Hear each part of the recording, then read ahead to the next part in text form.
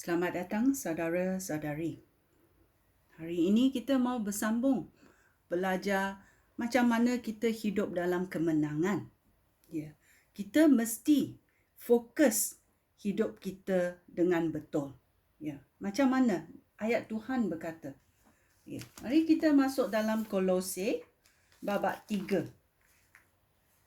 Ayat 1 dan 2. Dia berkata, kamu sudah dihidupkan semula bersama-sama Kristus.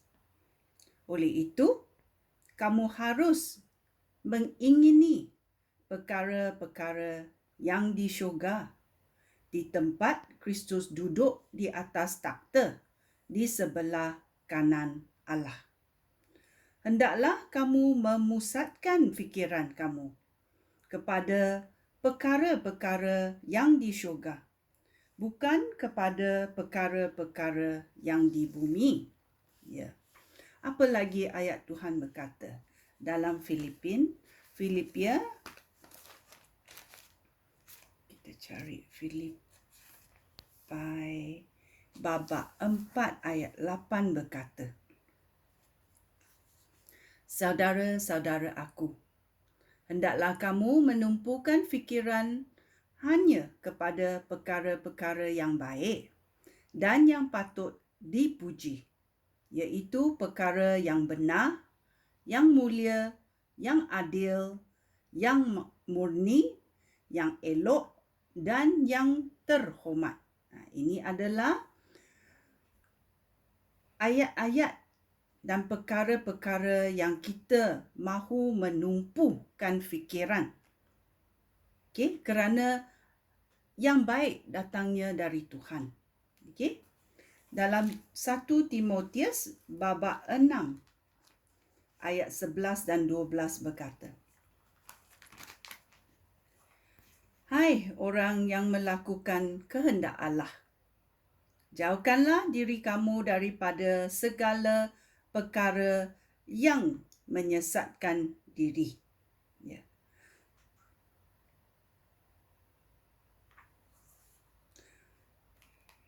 Berusahalah supaya sentiasa melakukan kehendak Allah. Hidup beribadat, sentiasa percaya kepada Kristus, mengasihi saudara seiman, tabah menghadapi penderitaan, dan bersikap lemah lembut.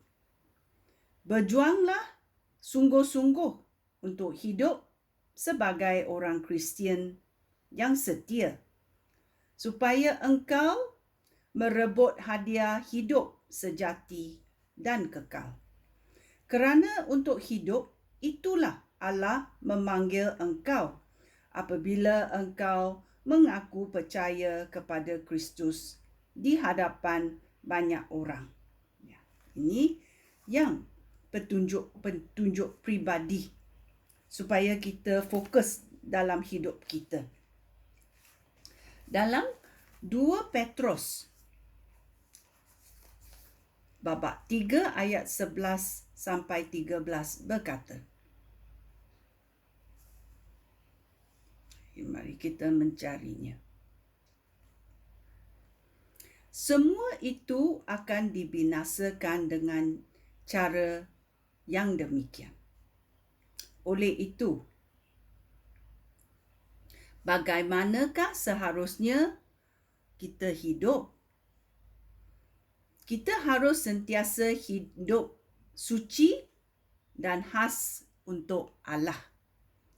Sementara kita menantikan hari apabila Allah mengadili dunia. Hendaklah kita berusaha sebaik-baiknya untuk mempercepatkan kedatangan hari itu.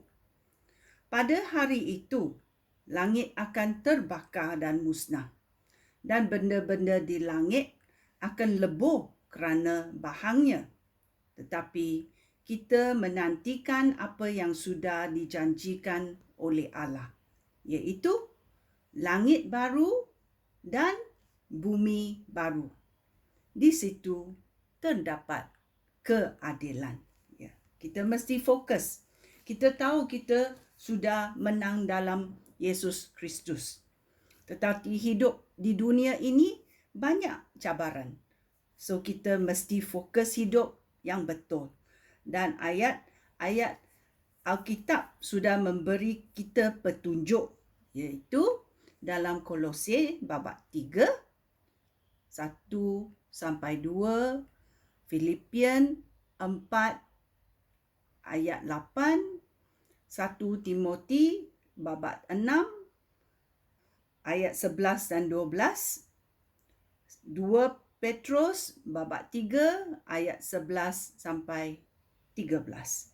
Ya, semua ni kita boleh membaca seluruhnya. Tetapi kunci-kunci adalah dalam ayat yang telah dikatakan tadi. Okey? Kita hidup fokus. Okey? Sekian, terima kasih. Shalom.